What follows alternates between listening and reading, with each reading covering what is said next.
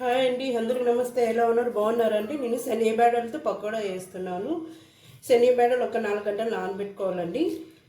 1 గంట నానబెట్టి వేసుకొని ఇప్పుడు మిక్సీలో కొట్టుకుంటున్నాను. మిక్సీలో కొట్టేసుకోవాలండి. ఇది చూడండి, మరి అంత మెత్తగా కొట్టుకోకూడదు, రవ్వగా కొట్టేసుకోవాలి. చూడండి,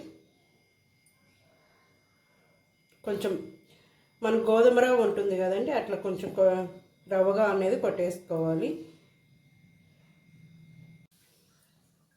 మిక్సీలో కొట్టినదంతా దీంట్లో వేసుకున్నాను. ఎర్రగడ్డలు, కరివేపాకు, పుదీనా, తెల్లగడ్డ సన్న కట్ చేసి పెట్టేసుకున్నాను. అల్లము, ఇంతకుముందు శనగబేడ నానబెట్టినాను కదా, దాంట్లో కొన్ని తీసుకున్నాను. దీంట్లో వేసుకోవాలండి.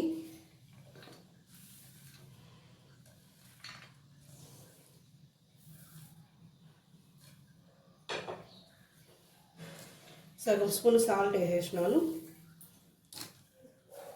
ఇంత మిక్స్ చేసేసుకొని పొయ్యి మీద ఆయిల్ పెట్టున్నా పకోడా వేసేసుకోవడమే. ఆయిల్ వేడి అయిపోయింది. ఇప్పుడు ఇది వేసేసుకుంటున్నాను. అన్ని కలిపి పెట్టేసుకుంటాను కదండి, ఇది వేసేసుకుంటున్నాను.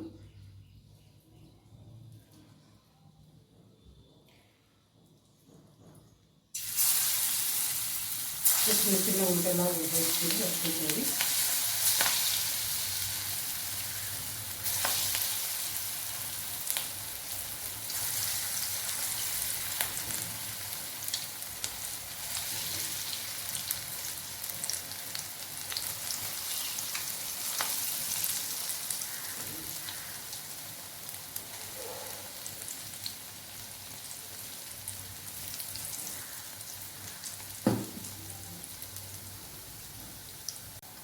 అయిపోయినాయి పకోడా.